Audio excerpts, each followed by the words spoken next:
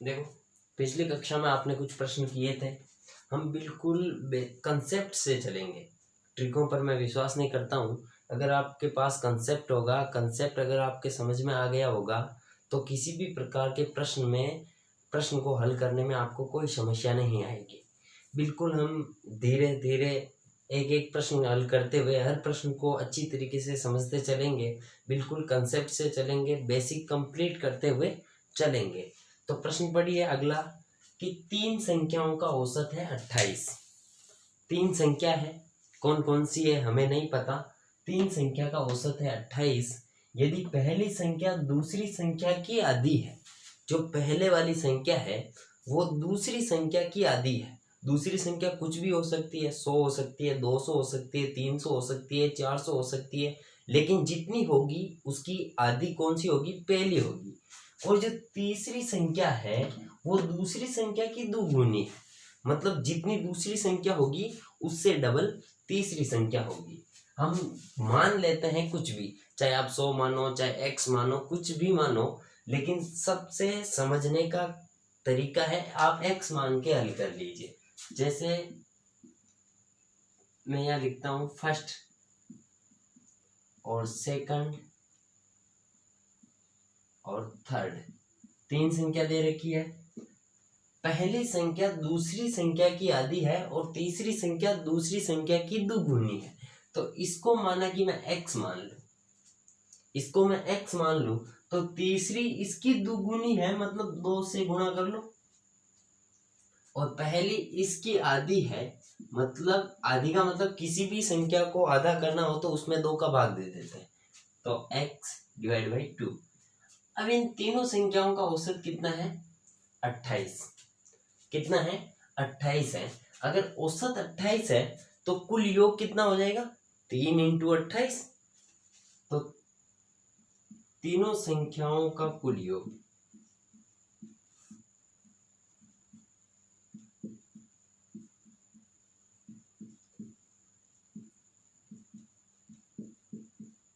कुल योग 3 इंटू 28, तो कितना हो जाएगा? 3 इंटू 28, 8 तारीख 24 का 4, हासिल का 2, 3 दूनी 6, 6 और 2 8, 84। इसका योग कितना है? 84। कितनी संख्याओं का योग है? 84। कौन कौन सी संख्याएं हैं? पहली, दूसरी और तीसरी, तीनों संख्याओं का योग 84 है। तो इनका योग कितना है? x बटेवा 2 plus x plus 2x बराबर 84। ठीक है, तो इसके नीचे एक, इसके नीचे एक लगा के लघुत्तम ले लो, 2 लघुत्तम आ जाएगा। तो 2 का भाग 2 में देंगे तो 1, 2 का भाग 2 में देंगे तो 1, 1 को x से गुणा करेंगे तो x प्लस, अब इसको 2x प्लस 4x बराबर 84।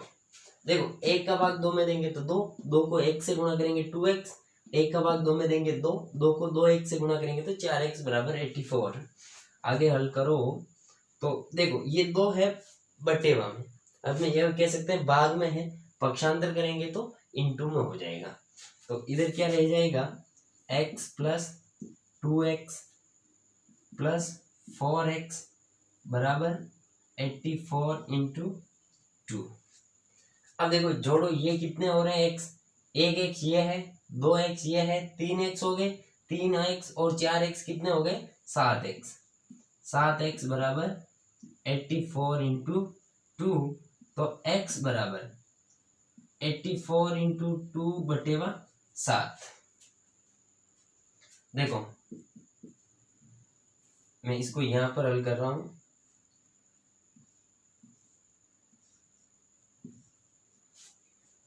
7 का भाग 84 में दे दो, कितनी बार जाएगा? 10 बार देंगे तो 70, फिर 14 और गएगा तो मतलब 2 बार देंगे 12 बार। तो x बराबर 12 इंटू 2, बार दूनी 24। अब x का मान आया 24, मतलब x हमने किसको माना था? दूसरी संख्या को। दूसरी संख्या कितनी हो जाएगी? 24। पहली संख्या इसकी आधी है, ये कितनी हो जाएगी? 12। इसकी डबल है तो ये कितनी हो जाएगी? 48। हमें कौन सी संख्या पूछी है? तीसरी, तो तीसरी संख्या कौन सी हो जाएगी? 48। इस प्रकार से आप बिल्कुल कंसेप्ट को समझे, ट्रिक आप ऑटोमेटिक डेवलप हो जाएगी। कंसेप्ट पर ध्यान दें, नोट करो।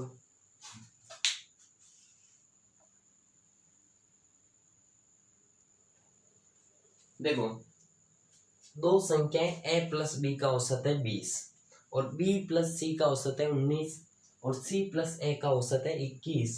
तो a का मान आपको फाइंड करना है। तो देखो, दो संख्याएं हैं a प्लस b, इसका औसत कितना है 20। तो a प्लस b का औसत है 20, तो a प्लस b का योग कितना हो जाएगा, योग औसत इंटू संख्या, तो 20 इंटू 2 बराबर 40। और b प्लस सी का औसत 19 है। b प्लस सी का औसत कितना है 19, तो b प्लस सी का योग कितना हो जाएगा 19 इंटू 2। ये 2 क्यों, क्योंकि b और c कितनी संख्या है 2, तो इसका हो जाएगा 38। और c प्लस a का औसत है 21, c प्लस a का योग कितना हो जाएगा, तो औसत इंटू 2 42, 21 दूनी 42। अब देखो, आपको a का मान निकालना है। किसका मान निकालना है, a का मान निकालना है।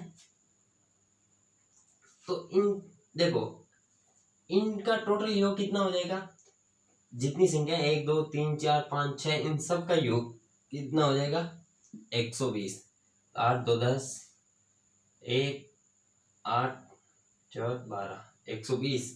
और इधर देखो a प्लस बी, इसको भी हमने इसमें जोड़ दिया, b प्लस सी इसको भी हमने इसमें जोड़ दिया, और c प्लस a इसको भी हमने योग में जोड़ दिया। अब एक चीज आप नोट कीजिए, इसमें प्रत्येक संख्या डबल बार आ रही है। a कितनी बार है 2 बार है, b कितनी बार है 2 बार है, c कितनी बार है 2 बार है। तो इन सब को मैं इस प्रकार लिख सकता हूं, a कितनी बार 2 बार प्लस b कितनी बार 2 बार प्लस c कितनी बार 2 बार प्लस बराबर कितने हैं 120। देखो 2 2 2, सब में 2 कॉमन आ रहा है। क्या आ रहा है 2 कॉमन आ रहा है, तो 2 को कॉमन ले लेता हूं। 2 मतलब कॉमन लेने का मतलब है कि इन तीनों के अंदर हम 2 का भाग देंगे। तो जैसे 2a में हम 2 का भाग देते हैं, डिवाइड बाई 2, 2 से 2 कैंसिल, क्या बचेगा a प्लस 2b में मैं 2 का भाग देता हूं, तो b बचेगा, प्लस 2c में मैं 2 का भाग देता हूं, तो c बचेगा बराबर 120। ये अब 2 है इंटू में, किसमें है इंटू में, तो पक्षांतर करूंगा तो बटे में आ जाएगा। तो a प्लस बी प्लस सी, इधर क्या बचेगा a प्लस बी प्लस सी, तो ये बराबर 120 डिवाइड बाई 2, तो बराबर 60। इसका मल्टीप्लाई के भाग देंगे तो 60। तो ये किसका मान आ गया 60, a प्लस बी प्लस सी का मान आ गया 60। अब हमें a का मान पूछा है, ठीक है, तो a का मान पूछा है, तो ये किसका मान है 60, a b c तीनों का मान है 60। इसमें से b और c का मान मैं घटा देता हूं, तो किसका मान बचेगा a का मान बचेगा। और b में c का मान कितना है 38। यहाँ देखो b प्लस c का मान कितना है 38। तो a का मान कितना हो जाएगा, a बराबर 60 माइनस 38, a बराबर 60 माइनस 38, तो घटाओ 2 2 22, a की वैल्यू कितनी हो जाएगी 22। देखो b प्लस सी का औसत, दो संख्या है उसका औसत है 20, तो इनका योग कितना हो जाएगा 40, क्योंकि संख्याएं 2 थी। b प्लस सी का औसत है 19, तो योग कितना हो जाएगा 38, और c प्लस a का योग कितना हो जाएगा 42। अब देखो ये सब, इन सब को हम जोड़ देते हैं और इसको भी सबको जोड़ेंगे, तो a कितनी बार आ जाएगा 2 बार, b कितनी बार आ जाएगा 2, c कितनी बार आ जाएगा 2 बार आ जाएगा। तो सब डबल बार है, तो अब इस सब में 2 का भाग दे देंगे, तो b plus C plus a plus B plus C. और आप चाहे तो इसमें भी 2 का भाग देके डायरेक्ट हल कर सकते हो, पक्षांतर करने की फिर जरूरत नहीं पड़ेगी। तो a प्लस बी प्लस सी 60 आ जाएगा, a का मान निकालना है, तो ये तीनों का मान है 60, उसमें से बी व सी को हम लेस कर देंगे तो केवल एक का मान बच जाएगा 22। नोट करो।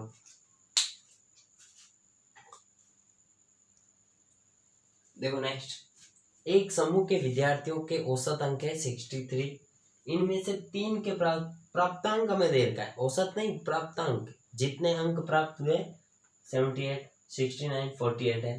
शेष 6 विद्यार्थियों का औसत क्या है। अब देखो एक समूह है, उसमें कितने विद्यार्थी है, 3 के तो हमें दे रखा है और अगले 6 का पूछा है, तो 3 तो ये 6, ये कुल कितने विद्यार्थी हुए 9। कितने विद्यार्थी हुए 9। तो एक समूह में कुल कितने विद्यार्थी हो गए 9। तो समूह के कुल विद्यार्थियों के प्राप्तांक का योग।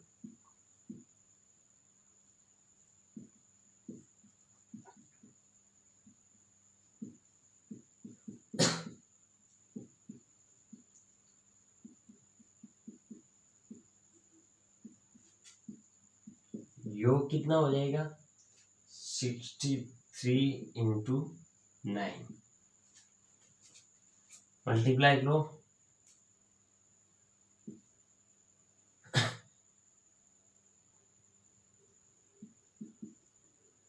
567, देख लो सही है। और अब उसमें से 3 के प्राप्तांक दे रखे हैं, तो 3 के कुल अंक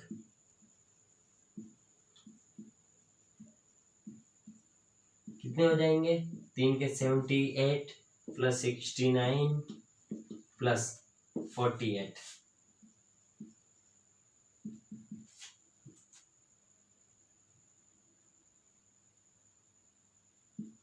पाँच 1 6 10 9 1 19 195। अब देखो ये कुल 9 के हैं, उसमें से हम तीन विद्यार्थियों के अंक को कम कर देंगे तो कितने विद्यार्थियों का बचेगा 6 विद्यार्थियों का, फिर उसका औसत पूछा है तो उसमें 6 का भाग देंगे, तो शेष 6 विद्यार्थियों के कुल अंक।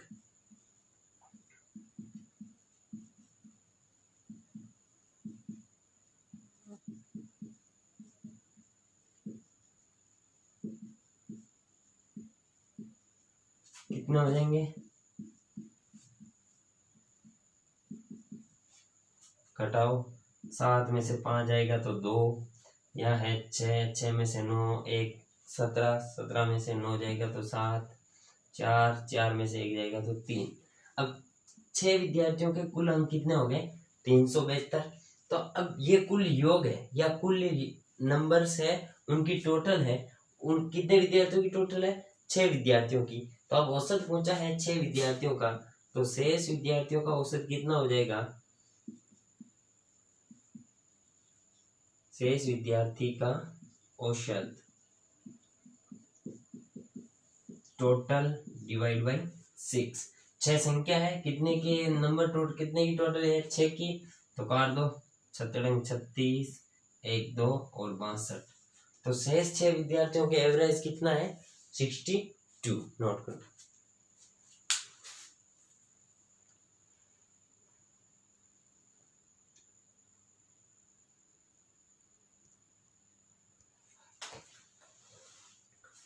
देखो प्रश्न संख्या 14 बढ़िया प्रश्न है। आप कंसेप्ट को समझे, जब तक आपको कंसेप्ट समझ में नहीं आएगा तब तक आप प्रश्न को हल नहीं कर सकते हो। आप ट्रिकों का सहारा नहीं ले, क्योंकि आजकल परीक्षाओं के पैटर्न काफ़ी बदल चुके हैं, तो रटने की विद्या लगभग समाप्त हो चुकी है। आप आवश्यक मतलब कि प्रश्न को जो डिमांड है उनके अनुसार प्रश्न को हल करना है। तो देखो 120 छात्रों का औसत प्राप्तांक है 35। कुल कितने छात्र हैं 120। कोई कक्षा है जिसके अंदर कुल छात्र है 120, इसके प्राप्तांक है 35। यदि उत्तीर्ण हुए विद्यार्थियों का औसत प्राप्तांक है 39। उत्तीर्ण कितने हुए हमें नहीं पता है, लेकिन हमें यह पता है कि जितने भी उत्तीर्ण हुए उनके औसत प्राप्तांक है 39 और अनुत्तीर्ण छात्रों का औसत प्राप्तांक है 15। कितने हुए हमें नहीं पता, लेकिन जितने भी हुए उनके एवरेज मार्क्स है 15। और तो कितने छात्र उत्तीर्ण हुए, तो देखो 120 छात्रों के कुल प्राप्तांक, कुल कितने हो जाएंगे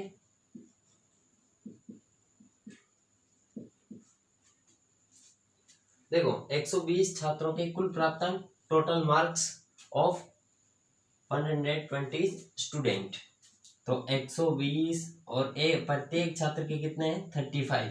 तो मल्टीप्लाई कीजिए, 35 को 12 से गुणा करो, 10 से गुणा करेंगे तो 350, फिर 2 से और गुणा करेंगे तो 70, 350 और 70 420 और ये 0 4200। अब इनमें से हम माना कि पास हुए छात्र, उत्तीर्ण का मतलब पास हुए छात्र कितने हैं x। तो अनुत्तीर्ण छात्र कितने हो जाएंगे, फेल छात्र कितने हो जाएंगे। कुल 120 है, उनमें से x स्टूडेंट पास हुए, तो 120 में से जितने पास हुए उनको घटा देंगे तो उत्तीर्ण छात्र अनुत्तीर्ण छात्र आ जाएंगे। अब देखो इन पास हुए छात्रों की संख्या x है, तो पास हुए छात्रों के कुल नंबर कितने हो जाएंगे, उत्तीर्ण छात्र के कुल अंक कितने हो जाएंगे। x तो छात्रों की संख्या है और इनका जो प्राप्तांक है वो मतलब कि औसत प्राप्तांक है 39, तो कुल हो जाएगा 39x। इसको इससे मल्टीप्लाई कर देंगे। अनुत्तीर्ण छात्रों का प्राप्तांक है 15, तो अनुत्तीर्ण छात्र की कुल अंक कितने हो जाएंगे,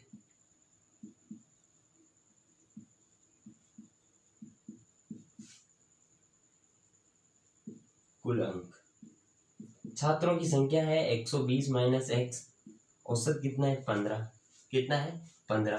तो इसको हल करेंगे, 120 को 15 से गुणा करो, 10 से गुणा करेंगे तो 150 और फिर 2 से गुणा करेंगे तो 30 और जोड़ देंगे तो 180 और 0 1800 माइनस 15x। ये अनुत्तीर्ण छात्र के कुल अंक और ये उत्तीर्ण छात्र के कुल अंक, और इन दोनों का मिलाकर कितने नंबर हो रहे हैं 4200।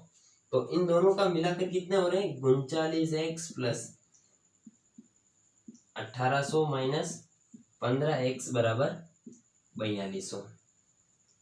ठीक है, अब देखो ये प्लस में है, पक्षांतर करेंगे तो माइनस में, 39x माइनस 15x बराबर 4200 माइनस 1800। 4200 में से 1800 घटाएंगे तो कितना आएंगे, देखो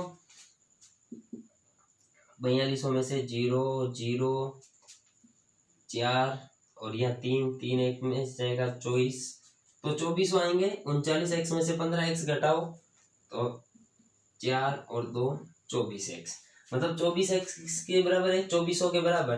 तो x की वैल्यू फाइंड आउट करो, 2400 डिवाइड बाई 24 से 24 कैंसल तो 100, मतलब x हमने क्या माना, पास हुए छात्र कितने आए 100, पास होने वाले छात्र कितने हैं 100, तो फेल होने वाले कितने हो जाएंगे, तो फेल होने वाले हो जाएंगे 120 माइनस x की वैल्यू यहाँ रखो 100 बराबर 20, तो फेल होने वाले छात्र कितने हो जाएंगे, कितने छात्र उत्तीर्ण हुए, अगर उत्तीर्ण पूछा है तो 100 और अनुत्तीर्ण पूछे हैं तो 20। देखो नॉर्मल प्रश्न को वापस समझिए, 120 छात्र है एक समूह एक कक्षा के अंदर, उनका औसत प्राप्तांक है 35, 120 छात्रों का औसत प्राप्तांक है 35। अब देखो उत्तीर्ण छात्र विद्यार्थियों का औसत है, जो उत्तीर्ण हुए उनका एवरेज हमें दे रखा है 39 और अनुत्तीर्ण छात्रों का प्राप्तांक हमें दे रखा है 50। तो कितने छात्र उत्तीर्ण हुए, तो 120 छात्रों के कुल नंबर हम पता करेंगे तो कितने आएंगे 4200। और माना कि पास हुए छात्र x है, तो फेल हुए छात्र कितने हो जाएंगे, 120 में से x घटा देंगे तो 120 माइनस x, ये संख्या है। अब हमें औसत भी दे रखा है प्रश्न में, विद्यार्थियों का औसत है 39 और इसका औसत है 15, तो इनका औसत से हम इनके कुल अंक पता करेंगे, तो इसका हो जाएगा 39x और इसका हो जाएगा 120 माइनस x इंटू 15। तो इसको हल करेंगे, 120 से 15 को गुणा करेंगे तो 1800, x को 15 से गुणा करेंगे तो 15x। अब देखो इन दोनों की टोटल किसके बराबर है 4200 के बराबर, तो इन दोनों की total 39x plus 18x minus 15x बराबर 4200। ये एक अनुत्तीर्ण छात्रों के कुल नंबर है, ये उत्तीर्ण छात्रों के कुल नंबर है। तो इन दोनों की टोटल 4200, 1800 को पक्षांतर कर दो और x का मान फाइंड आउट करेंगे तो 100 आएगा। तो x हमने क्या पास हुए संख्या विद्यार्थियों की संख्या x मानी, तो उसकी संख्या हो जाएगी 100 और अनुत्तीर्ण छात्रों की संख्या 120 माइनस x बराबर 20। नोट करो।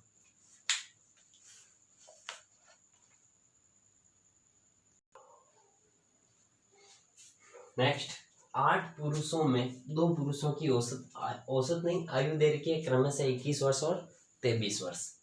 इनके स्थान पर 2 नए पुरुष लेने पर, इनके स्थान पर मतलब इन दोनों को बाहर निकालते हैं। 8 पुरुषों का कोई समूह होगा, इनमें से 2 पुरुषों को हम बाहर निकाल रहे हैं, एक की आयु है 21 वर्ष और एक की है 23 वर्ष। उसके स्थान पर 2 नए पुरुष लेने पर औसत आयु 2 वर्ष वृद्धि हो जाती है। औसत आयु में 2 वर्ष इंक्रीज हो जाती है औसत आयु।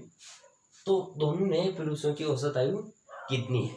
जो 2 नए पर्सन आए हैं उनकी एवरेज कितनी है? तो देखो 8 पुरुष है, इन दोनों को भेजते हैं बाहर और 2 को अंदर नए लेकर आते हैं, तब 2 की वृद्धि हो जाती है। 2 की वृद्धि का मतलब होता है हर एक पुरुष, 8 पुरुष है उसका हर एक पुरुष 2-2 साल बढ़ जाएगा, उसकी औसत आयु में 2 साल की वृद्धि हो जाएगी। तो कुल कितनी वृद्धि हो जाएगी? 8 दूनी 16। हर एक पुरुष 2 साल बड़ा है होगा, तो 8 पुरुष कितने साल बड़े हो जाएंगे? 16 वर्ष। तो 8 पुरुषों की कुल आयु में वृद्धि,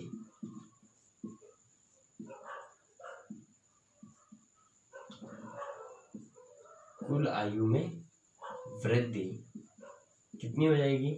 8 इंटू 2 बराबर 16 वर्ष, मतलब 16 वर्ष इंक्रीज हो जाएगा। अब ये 2 पुरुष जाते हैं, इसके स्थान पर 2 वापस नए लेते हैं, तो नए पुरुषों की कुल आयु, देखो ये आयु तो मेंटेन होगी ही, इसके साथ कितने वर्ष और बढ़ जाएगी? 16 वर्ष वृद्धि हो जाएगी, तो 16 वर्ष बढ़ जाएगी। तो कुल आयु 21 प्लस 23 प्लस 16, तो देखो 6 3 9 1 10 0 1 2 2 2 6 60 वर्ष हो जाएगी। ये कितने पुरुष हैं? 2 पुरुष को हम बाहर भेजते हैं, 2 को अंदर लेके आते हैं, तो नंबर ऑफ पर्सन कितने हो जाएंगे? 2। तो नए पुरुष की औसत आयु